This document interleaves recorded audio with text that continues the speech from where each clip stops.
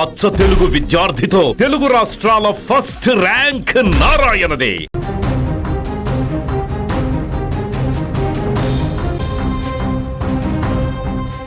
హైదరాబాద్ నగరం గజగజలాడింది. ఆకాశం ఒక్కసారిగా చిల్లులు పడిందా అన్నట్లుగా కుండపోత వర్షం నగరాన్ని అతలాకుతలం చేసింది. ఆఫీసు సమయం ముగియడంతో ఇళ్లకు బయలుదేరిన ఉద్యోగులు, ప్రజలు రోడ్ల మధ్యలో చిక్కుకుపోయారు. నగర వ్యాప్తంగా ట్రాఫిక్ వ్యవస్థ పూర్తిగా స్తంభించింది. భారీ వర్షం కారణంగా రోడ్లు నదులను తలపించాయి. మాదాపూర్, గచ్చిబౌలి వంటి కీలక ఐటీ ప్రాంతాలు జలమయమయ్యాయి. మోకాల్లోతు నీరు రోడ్లపై నిలిచిపోవడంతో వాహనాలు ముందుకు కదలలేదు. సొంత వాహనాలు, క్యాబ్లు, ఆటోలు ఎక్కడికక్కడ నిలిచిపోయాయి.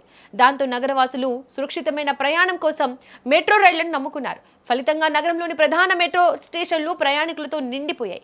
స్టేషన్ల దృశ్యాలు ఆశ్చర్యం కలిగించాయి.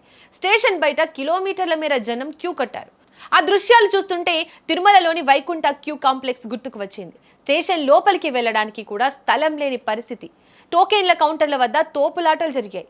ప్లాట్ఫారాలు ప్రయాణికులతో కిక్కిరిసిపోయాయి. భద్రతా సిబ్బంది ఎంత నియంత్రించినా జనాల తాకిడి తగ్గలేదు. స్టేషన్ల మెట్లపై, రోడ్ల పక్కన గంటల తరబడి వేచి చూడాల్సి వచ్చింది. రైలు రాగానే ఎక్కడానికి తీవ్ర పోటీ నెలకొంది. బోగీలు నిండిపోయి ఊపిరి ఆడనంత రద్దీ కనిపించింది. ఆఫీసుల నుంచి బయటకు వచ్చిన వారు ఇళ్లకు చేరడానికి పట్టిన కష్టం వర్ణనాతీతం. హైదరాబాద్ నగర ట్రాఫిక్ వ్యవస్థపై ఈ వర్షం తీవ్ర ప్రభావం చూపింది. నిన్న సాయంత్రం నుంచి అర్ధరాత్రి వరకు ఇదే పరిస్థితి కొనసాగింది. అధికారుల అంచనాలను మించి ప్రయాణికులు మెట్రో వైపు మొగ్గు చూపారు. వందలాది మంది ఒకేసారి రావడం మెట్రో సిబ్బందికి పెద్ద సవాల్గా మారింది.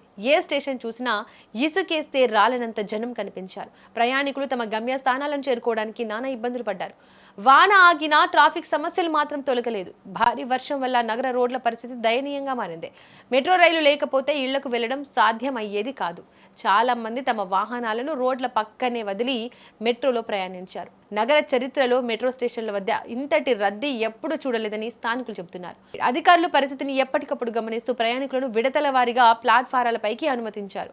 భద్రతాపరమైన ఇబ్బందులు కలగకుండా సిబ్బంది అప్రమత్తంగా ఉన్నారు. వర్షం తీవ్రత తగ్గినా మెట్రోలో రద్దీ మాత్రం తగ్గలేదు.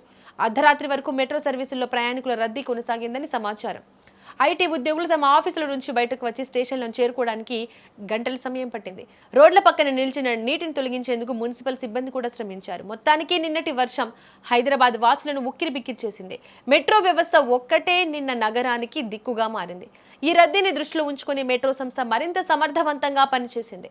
భారీ వర్షం కారణంగా ఏర్పడిన ఈ అనూహ్య రద్దీ నగరవాసులను గందరగోళానికి గురిచేసింది.